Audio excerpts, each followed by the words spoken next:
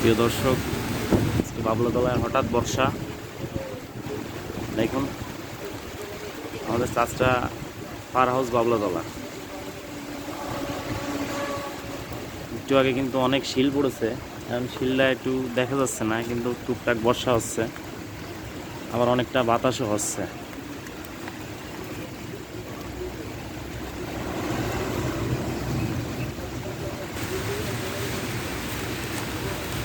সূর্যও আছে, বর্ষাও আছে।